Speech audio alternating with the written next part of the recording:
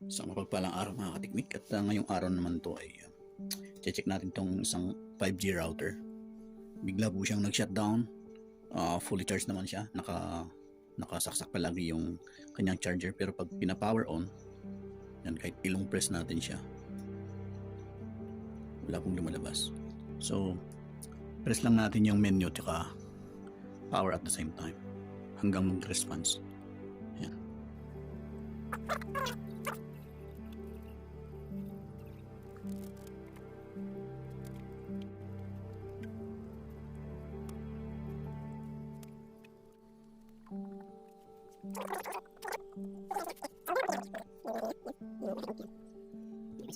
Okay. Device information.